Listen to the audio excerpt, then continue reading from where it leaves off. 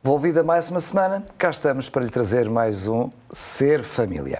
Este programa olha para as famílias e já sabemos que todas as famílias são muito especiais. Mas vimos já no programa anterior, quando demos início a esta série, que infelizmente parece que há umas famílias mais especiais do que outras. E por isso, hoje, para além do Daniel Bastos, mais uma vez Daniel, bem-vindo, temos connosco uma família, mas eu pedia-te desde logo para tu falares mais uma vez do contexto do nosso programa de hoje e já agora, porque é que trouxeste uns convidados e permite uma expressão muito especiais. Obrigado, Daniel. Começamos esta série no último episódio, Famílias Especiais, é como chamamos. Partilhamos um bocadinho o conteúdo deste livro de Christine e Todd Evans, traduzindo aqui como construir um casamento cheio de vigor enquanto se cuida de crianças com deficiência, com alguma necessidade especial. E, de facto, a experiência no ser família, a experiência de cada família é uma experiência diferente, não é? E nós quisemos trazer este programa famílias que têm uma experiência muito única, muito especial, e por isso eu tenho o prazer de apresentar e dar as boas-vindas aqui ao Luíque e à Ângela. Olá. A Ângela eu já conheço desde os 8 aninhos. Verdade. Luíque conheci há menos tempo, mas muito obrigado por terem aceito vir a este programa. Vocês não se importam de apresentar a vossa família? Claro, o prazer é nosso, obrigado por nos receberem. Então, é o pai Luíque, a mãe Ângela, e temos 2 filhinhos, o Gabriel, que tem 7 anos, e o Tomás, que tem 4. Uhum. O Gabriel, com certeza que ambos são muito amados, não é? Sim. O Gabriel tem uma particularidade. Sim.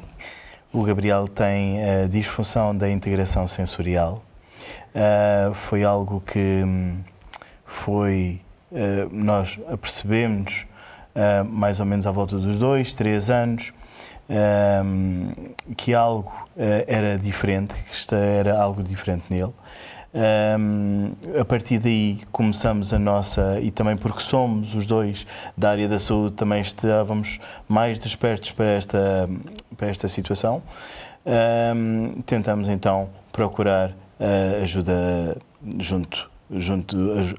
ajuda profissional para que pudéssemos perceber exatamente qual era o diagnóstico, porque é exatamente esse o ponto de partida para depois poder começar a entender o Gabriel enquanto criança e enquanto a sua condição.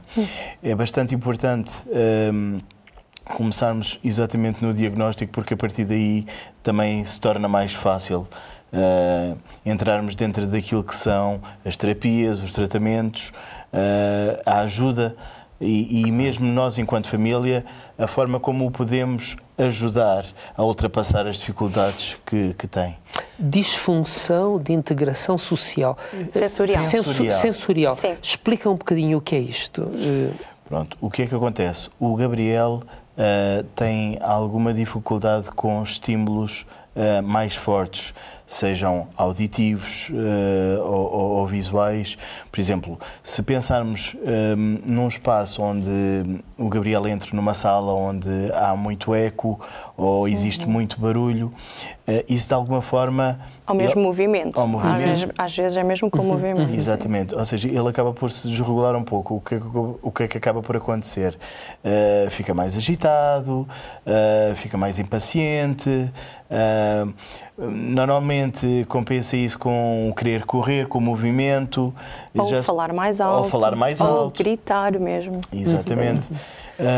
E isso é algo que tem sido vindo a trabalhar nas terapias, na terapia ocupacional, nesse caso mais em específico, para que ele de alguma forma se possa autorregular quando está em situações tal como essa. Sim. Sendo que normalmente, ou muitas precisamente dessas necessidades especiais, elas são notadas mais cedo que aconteceu no vosso caso, porque vocês estão a falar, segundo percebi, por volta dos 2 anos e qualquer Foi pelos coisa. 2 anos, foi pelos Qual 2 foi, anos. ainda por cima, os dois ligados à saúde, e conhecemos muitas vezes quem está ligado à saúde, às vezes são os piores doentes, não é? Sabemos isso. Eu estou a falar com naturalidade porque tenho uma lá em casa. Qual foi a vossa primeira reação e o vosso primeiro impacto quando perceberam que realmente estavam de frente de um problema? Nós já tínhamos percebido que havia um problema, mas só nos caiu a ficha, vamos dizer assim, exatamente nos 2 anos dele. Até aí não havia grandes sinais. Ele teve um desenvolvimento normal, andou na idade normal. Mas, desculpa lá interromper-te, às vezes custa mais assim, não é? Sim, exatamente. Sim, os comportamentos dele seriam os normais, mas foi a partir dos 2 anos, exatamente no dia da festa de aniversário dele, que houve algo mais físico, e aí percebemos. Portanto, havia várias pessoas na casa, havia agitação, havia brincadeira, portanto, barulho, luzes, movimento, e ele desregulou-se completamente nesse dia, ao ponto de se virar para mim e bater com as mãos nos ouvidos e dizer mamã, mamã. E eu percebi, ok, há algo, ele está completamente desregulado. E o meu primeiro instinto foi removê-lo de cena. Levei-o para o quarto, acalmámos, ele conseguiu acalmar-se, e aí eu percebi, foi só aí que caiu mesmo a ficha, ok, temos mesmo um problema que vamos ter que pronto, procurar ajuda. Levou-nos algum tempo, eu falo por mim especificamente, a aceitar. Ok? Não houve negação, eu percebia que havia algo. Isto depois já com o diagnóstico, não é? Exatamente, o diagnóstico veio só aos 3 anos. O primeiro profissional de ajuda, portanto ainda estávamos em Inglaterra na altura a viver, o primeiro profissional que procurámos foi um osteopata, isto porque um dos sinais físicos do Gabriel e dos poucos físicos que ele tinha era andar em bicos dos pés. Que o médico de família dizia que era normal, era muito cedo para avaliar naquela idade, mas nós sabíamos que não parecia assim tão correto, porque era algo que ele fazia mais quando estava em excitabilidade. Procurámos uma osteopata que tentou trabalhar com ele, muito difícil, ele não aceitava bem, e depois foi na transição para Portugal, aos 3 anos, sim, que voltámos a procurar uma osteopata, mas já num centro multidisciplinar, e ela aí referenciou para ele ser avaliado por uma terapeuta ocupacional. Ela fez a avaliação, para além disso levá-lo a um pedopsiquiatra, que também fez uma avaliação, concordou com a avaliação da terapeuta, e o diagnóstico foi esse, disfunção de integração sensorial. O que acaba por ser bastante importante, porque este primeiro passo depois é o que vai desencadear todo o resto do processo. E muitas vezes os pais têm esta dificuldade de dar o primeiro passo, tentar perceber, sim, ok, está aqui alguma coisa que não me parece que esteja às completamente normal, sabe, no mas interior não da se família. aceita. Haverá sempre um desconhecido. Exatamente. Mas a verdade é que esse é exatamente o primeiro passo a ser dado para que depois a família possa enfrentar, com a ajuda profissional, daquilo que é, no fundo, a situação da criança. Da criança, exatamente. A partir daí, ele começou aos 3 anos a fazer terapia ocupacional, que mantém, para já, até ver. Sim. Não sabemos por muito mais tempo, mas para já. E é isso que o tem ajudado a dar as ferramentas para ele saber regular-se perante situações em que ele não conseguia sozinho. Notamos grandes evoluções, coisas simples como, por exemplo, ir a um supermercado com ele, era impossível, ou era possível, mas nós chegámos ao ponto de evitar. Claro. Porque como era muito estímulo para ele, claro que viriam comportamentos fora da caixa, vamos dizer assim, então acabávamos nós mesmo na dinâmica familiar por alterar isso. O próprio ir à igreja era complicado no início. O Gabriel não era um menino que se sentava a ouvir a história como todos os outros, era um menino que, por ser um meio que tinha movimento, que tinha som, música, portanto, ele procurava regular-se de outras maneiras. Ele, por exemplo, deitava-se no chão. E foi muito, muito, muito importante para nós pais termos uma monitorista ainda em Inglaterra que nos dizia, deixem-nos estar. Ele vai ouvir. É a maneira de ele estar. Vamos compreender, vamos aceitar. E, na verdade, ele ouvia, nós pensávamos que não, nós pais que estávamos a aprender também o que era esta condição. Sim. E depois ele dizia-nos partes da história, portanto, ele ouvia. Foi muito, muito importante para nós esta monitora em específico. Quando transitámos para Portugal, também apanhámos muito boas monitoras que conseguiram também compreender a situação dele. E claro que o fazê-lo sentar e ouvir pleno como outra criança na altura, portanto aos 3 anos ainda era muito difícil, tínhamos que ir fazendo por partes, ok? E isso era o essencial. E era essencial aqui nós pais aceitarmos isso. Não, ele não se vai sentar nesta fase como uma criança Vocês ouvir. aprenderam a lidar com ele. Exatamente. Ou seja, fazer as mesmas coisas que qualquer outra criança faz, mas de uma forma diferente. E às vezes essa é a chave um bocadinho aqui do sucesso. É percebermos que se calhar, principalmente nessa altura, o Gabriel não ia fazer as coisas exatamente como as outras crianças, mas que, alterando a forma como a fazíamos, ele iria conseguir fazer também. Vocês não tiveram a tendência de também controlar o meio ambiente dele? Porque muitas vezes há essa tendência também de proteção. Difícil. É difícil. Mas sim, houve muita frustração mesmo nossa. Porque é que não conseguimos que ele aqui esteja calmo, porque é que ele ali... Ou seja, vocês tiveram também o vosso processo para aceitar uma realidade, não é? E adaptar-se, não é? E adaptar-nos. Que exigiu depois muita adaptação, não é? Mesmo enquanto profissionais de saúde, e posso dizer, por exemplo, no meu caso, cheguei a estagiar no Centro de Paralisia Cerebral de Lisboa, na Carlos Gulbenkian. Uma coisa é viver enquanto profissional, outra coisa completamente diferente é vivê-la como pai todo o dia, nas diversas situações, desde o acordar até ao deitar. E ainda hoje é uma aprendizagem, ainda hoje. Nada nos prepara para ser pais, não dizem isso. E muito menos para ter uma criança especial. É um processo de aprendizagem para a criança, é um processo de aprendizagem para os pais e, muito importante também, para a família que nos rodeia. Os avós, os tios, eles também têm que passar por esse processo de aceitação. De aceitação, não é? E isto não se fala muito, mas então se temos avós presentes e tios presentes, eles também têm que passar por esse processo. Porque a maneira como eles vão brincar não é a mesma maneira como vão brincar com o Tomás, por exemplo. Claro. Ok? E então temos que aceitar. Ou quando ele diz, eu não quero um beijinho, eu não quero um abraço. Esta é outra característica deles. Eles não são assim tão físicos, só com quem querem. Isso exige de vocês também um processo de estar a explicar constantemente às pessoas, à família, como é que as coisas devem ser. Exatamente. E quando há resistência a essa, não deve ser fácil, não é? Não é fácil.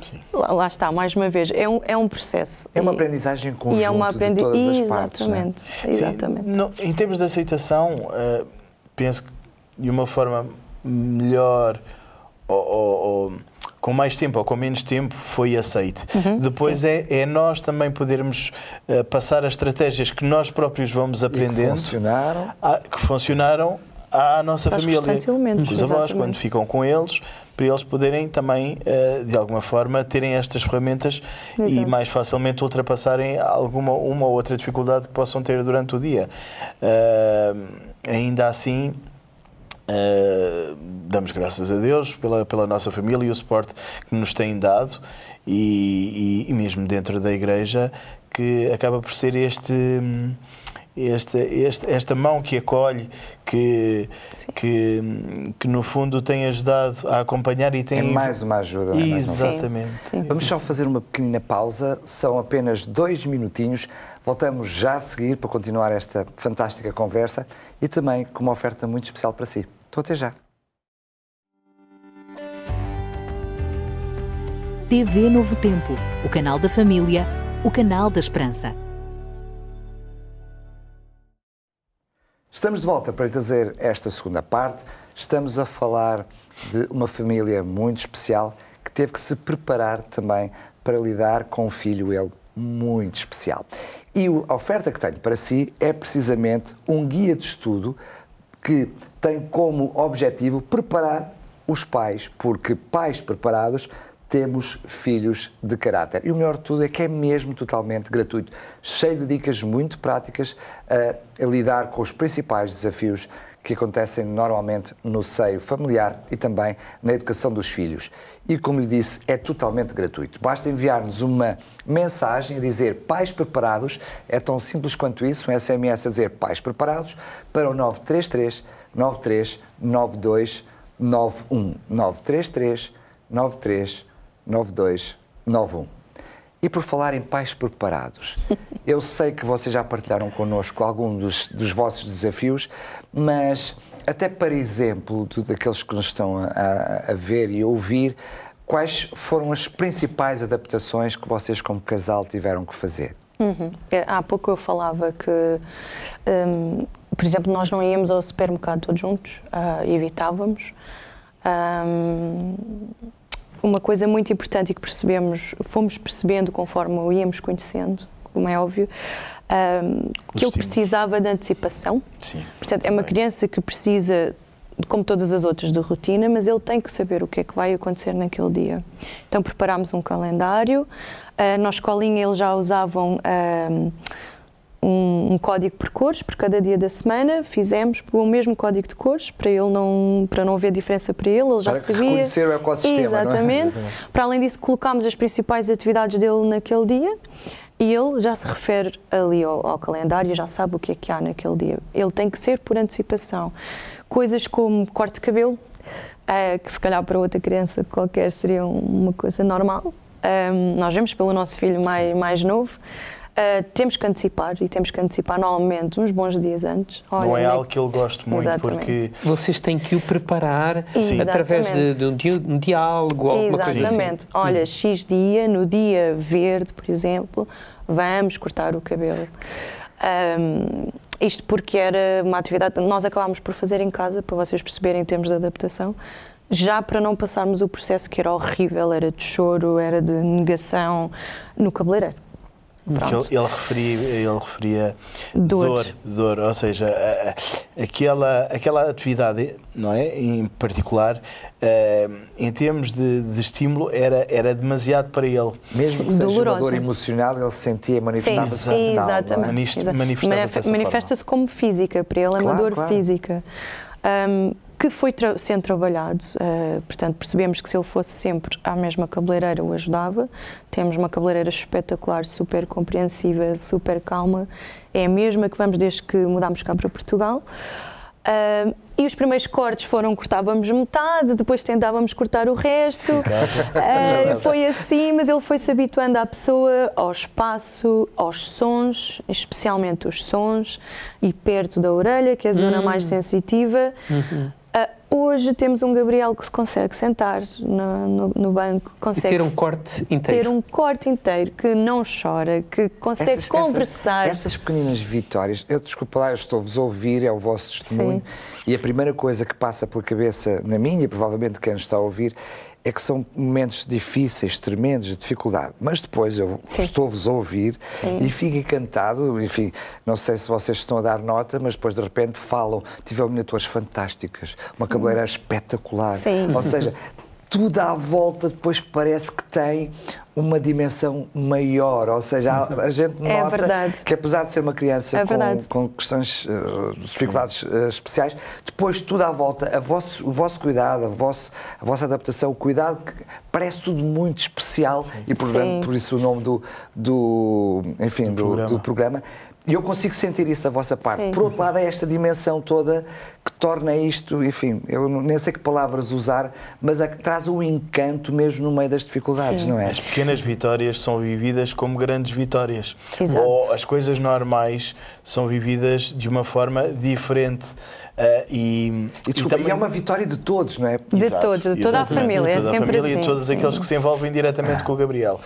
E também tentamos, no fundo, dar-lhe esse reforço positivo, e ele também, porque também já tem 7 anos, acabou de fazer 7 anos agora no domingo, damos este reforço positivo e fazemos também com que ele já comece a ter consciência. Lembras-te, antes tinhas dificuldade, mas agora já consegues. Já fazes. Porque também para ele perceber que como esse desafio que ele teve, neste caso estávamos a falar do corte de cabelo, mas como outro, ele também vai conseguir ultrapassar. E vê-se, porque ele já acaba por entender todas as coisas que, obviamente, que estão à volta dele. Ele é um menino super inteligente. E ele também vive as coisas dessa forma, acaba por se sentir muito feliz com isso. Vocês há bocadinho falavam sobre ajudas na escola. A curiosidade minha, ali deve haver inúmeros desafios, não?